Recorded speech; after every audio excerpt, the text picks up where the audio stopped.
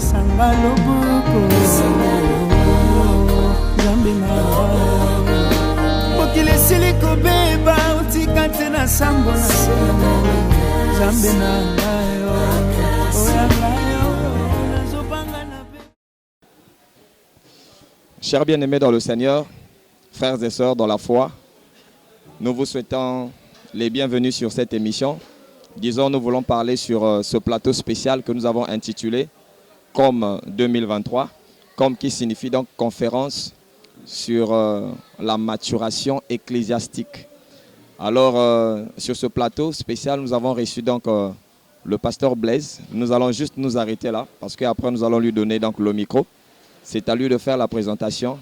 Et avec lui, nous allons être édifiés par rapport à la grâce du Seigneur. Il y a un thème très spécifique que nous avons donc eu, que l'homme de Dieu a eu donc à développer cet après-midi, ce soir bien sûr. Et je crois qu'avec lui, nous serons bénis. Alors, soyez scotchés, soyez branchés, surtout ne bougez pas. Nous tournons donc vers l'homme de Dieu. Homme de Dieu, bonsoir. Bonsoir. Merci beaucoup. Et nous vous souhaitons la bienvenue sur ce plateau spécial que nous avons intitulé « Comme 2023 ». Merci beaucoup. Merci. Que Dieu vous bénisse. Amen. Homme de Dieu, il y a des enfants de Dieu qui vous voient partout, qui vous suivent en direct, même de ce plateau spécial. Et est-ce que vous pouvez vous présenter comme ça, ceux qui vous suivent en direct connaissent réellement qui vous êtes et où est-ce que nous sommes présentement et vous évoluez où? Comme vous avez dit, je suis le pasteur Blaise Oumba. Je suis de la RDC. Ok. Je suis le pasteur de l'église Mission évangélique, Mission apostolique et Fata. Et nous sommes à Kinshasa. D'accord. C'est là où Dieu nous a fait grâce d'évoluer et de diriger cette église. Je ne sais pas, je suis marié, père de 6 enfants. Voilà, je suis ici à Pointe-Noire pour participer comme orateur dans cette conférence pour la maturation ecclésiastique 2023. Merci. Gloire au Seigneur. Parce que vous l'avez déjà dit, vous êtes ici à Pointe-Noire comme orateur, comme invité sur la maturation de l'Église. Alors déjà, concernant la maturation de l'Église, quel est le message en fait que vous avez pour le peuple de Dieu qui nous suit concernant, ou alors pour l'Église corps de Christ, concernant la maturation de l'Église? En fait, nous avons remarqué depuis un temps, l'Église présente des signes d'immaturité. Ok. Il y a beaucoup des hommes de Dieu, d'une manière générale, même les enfants de Dieu, qui n'affichent pas les fruits dignes de repentance, comme la Bible nous le dit. Et même au niveau des hommes de Dieu, il y a des accusations, il y a manque de respect, même au niveau des plateaux, où les hommes de Dieu s'accusent inutilement. Et nous avons compris que l'Église d'aujourd'hui a besoin de la maturation. Exact. Oui. L'Église doit évoluer à quitter le niveau bas ecclésiastique pour prendre un niveau supérieur, afin que nous reprenons les valeurs fondamentales de l'Église primitive. Voilà un peu ce que je comprends et ce qui est comme souhait. Si les organisateurs de ces assises ont organisé cette histoire, c'est juste pour ramener l'Église à un niveau encore supérieur de la maturation. Parce que l'Église doit vivre la maturité.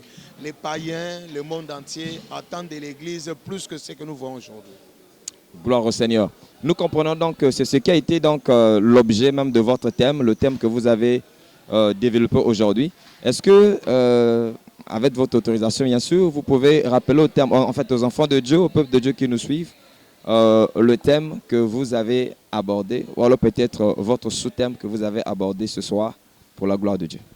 Merci pour cette demande. En fait, nous rappelons à l'Église, aux téléspectateurs qui nous suivent, ce soir nous avons abordé le thème « L'Église et la prière avec les jeunes » aujourd'hui.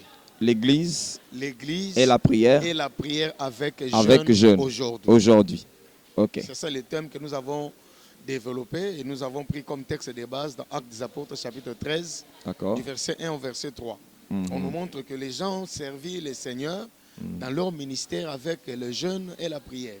Et c'est ce que l'Église d'aujourd'hui doit reprendre encore comme valeur qui était dans l'Église primitive pour amener l'Église encore à la maturation ecclésiastique. Nous comprenons par là, parce que lorsque nous avons suivi votre sermon, dans votre sermon, vous avez donc eu à dégager 7 points, 7 sortes de prières, alors que ça nous a beaucoup édifié, alors que généralement, je comprends par là que l'Église qui n'est pas mature, en fait, utilise la prière dans un seul côté.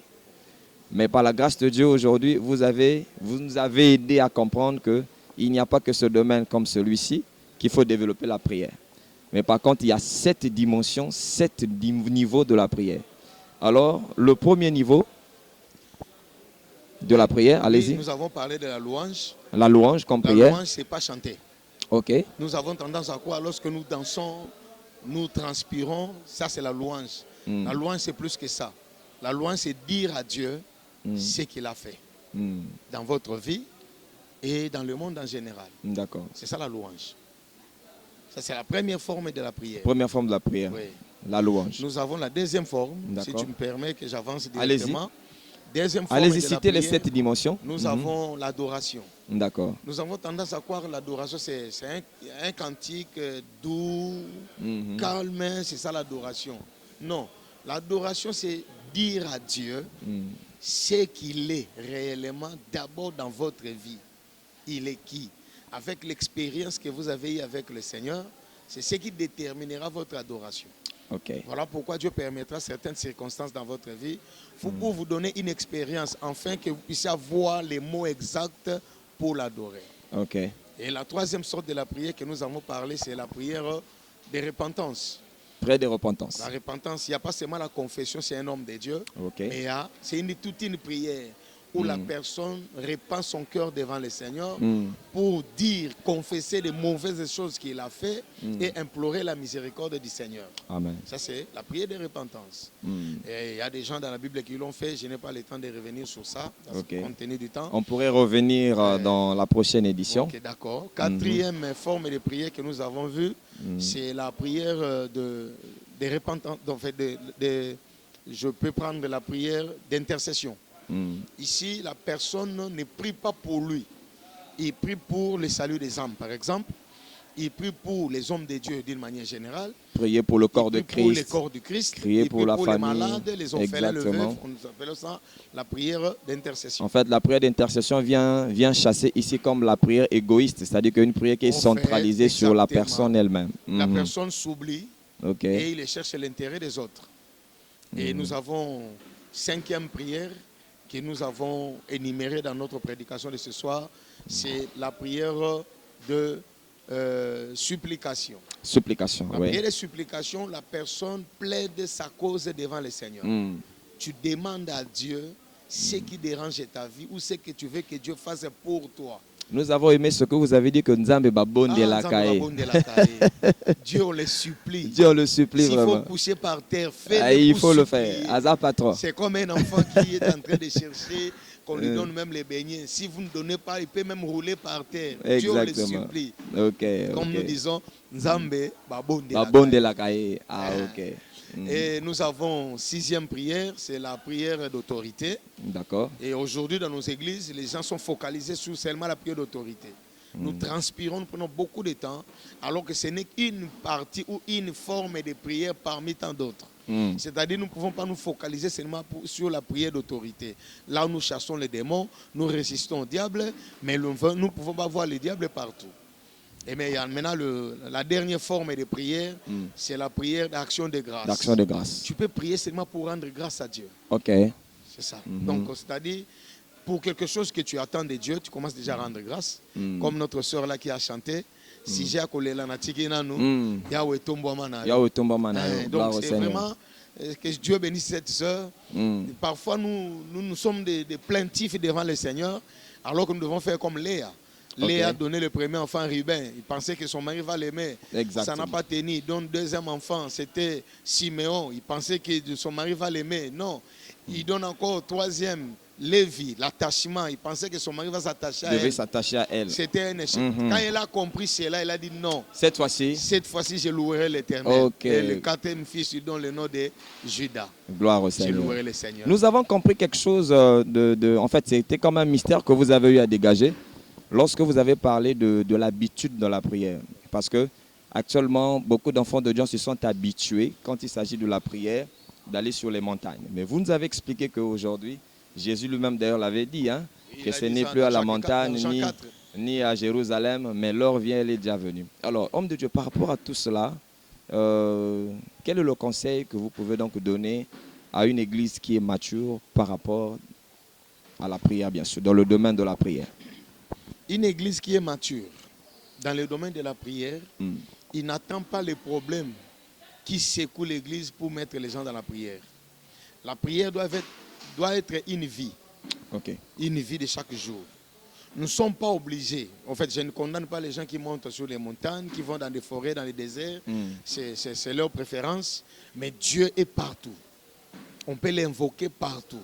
Les vrais problèmes, il faut qu'on l'invoque, qu'on l'adore en esprit et en vérité. Ça le vrai. Donc il n'est ni à la montagne, ni à Jérusalem. Je ne suis pas obligé de regarder Jérusalem pour prier. Je ne suis pas obligé d'aller sur la montagne pour prier. Je peux prier. Moi, j'ai prié Dieu dans ma voiture. Je roule avec ma Jeep là. Si je sens que je dois prier. C'est même un témoignage que vous nous avez donné. Oui, je le fais. Je peux prier Dieu dans ma chambre. Je peux prier Dieu dans mon bureau. Je peux prier Dieu partout parce qu'il est omniprésent. Il est partout, il va nous écouter. Nous ne sommes pas obligés de nous poumonner seulement aller sur la montagne. Non. Si c'est une préférence, ce n'est pas à condamner, mais nous devons, une église mature, une personne mature, il doit être capable et à mesure d'invoquer son Dieu partout où il est. Ok, gloire au Seigneur, homme de Dieu. Une fois encore de plus, merci beaucoup. Mais est-ce que vous avez quelqu'un à saluer, quelqu'un à remercier, quelqu'un à donner un message bien précis? D'abord, je salue tous les enfants de Dieu. Je bénis, je salue tous les enfants de Dieu, tous les hommes de Dieu de Pointe-Noire. Je les salue et particulièrement, je salue ma petite soeur Clarisse qui est ici à Pointe-Noire. Il y a ma petite soeur Irène, il y a fils, ils sont ici. Je les salue et je les bénis. À mon pasteur, mon bien-aimé, le pasteur David Nzouzi et mon papa, le pasteur Richard Bilongo. Je les salue au nom puissant de Jésus-Christ. Amen. Alors, est-ce que... à vous aussi, je vous dis un grand merci. Merci beaucoup. Un grand merci. Nous vous disons également aussi merci d'avoir répondu surtout à ce plateau spécial. Alors maintenant, juste une question. Est-ce que la conférence prend fin aujourd'hui ou il y a une continuité pour les enfants de Dieu qui nous suivent? Selon le programme, la conférence continue jusqu'au dimanche soir. Dimanche soir. Déjà aujourd'hui, nous sommes mercredi, le troisième jour de l'activité. Vendredi, samedi et dimanche. Merci beaucoup. Et le matin à l'école des disciples, mais conférence c'est le soir, chaque jour, jusqu'au dimanche. Ok. Merci beaucoup, homme de Dieu, d'avoir répondu valablement à notre invitation. Alors, nous étions donc par là avec le pasteur Blaise Oumba sur ce plateau spécial intitulé Comme 2023, Église des élus. Alors, vous qui nous suivez de partout, nous vous demandons donc de rester scotchés par rapport à cette émission et surtout à cette conférence. Donc, nous vous invitons. Venez. Aujourd'hui, nous sommes donc au troisième jour de cette conférence. L'homme de Dieu, d'ailleurs, a eu à le signifier. Donc, les matinées, ce sont les matinées de l'école du ministère. Donc, de 8h à 12h. Et les après-midi, à partir de 16h00 jusqu'à 19h, c'est une conférence. C'est des moments bénissants pour la gloire du Seigneur. Et nous sommes bénis et nous voulons partager cette bénédiction ensemble avec vous. Donc, voilà pourquoi nous vous invitons donc. Et nous vous disons à la prochaine édition que Dieu vous bénisse. Homme de Dieu, merci une fois encore de plus. Que Dieu vous bénisse. Merci beaucoup. Ok.